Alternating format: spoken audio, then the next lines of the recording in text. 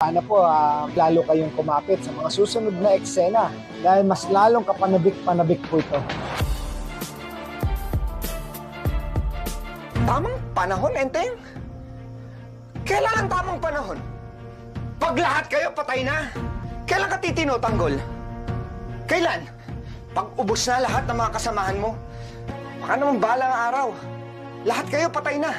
At mag-isa ka na lang natitira, tanggol. Mag-isa ka na lang lumalaban. Yun ba ang gusto mo? Mga kabatang Quiapo, sana ho nag-enjoy kayo sa panonood at pagbabalik ng aking karakter na si Ben dito sa Batang Quiapo. Sana po lalo kayong kumapit sa mga susunod na eksena dahil mas lalong kapanabik-panabik po ito.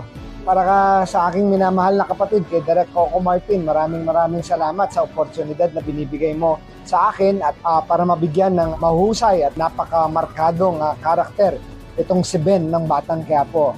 Mabuhay ka at sana pagpatuloy mo ang pagtulong mo sa mga artista at sa mga trabahador ng ating industriya. Mabuhay ka, Direk Coco. Siguro ang aral na napulot ko natapos ko sa Batang Quiapo, pagtulong sa kapwa, pagsusumikap, hindi tayo sumusuko sa hamon ng buhay.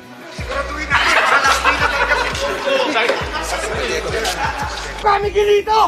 Hindi talaga ako dapat nagtiwala ng Guerrero!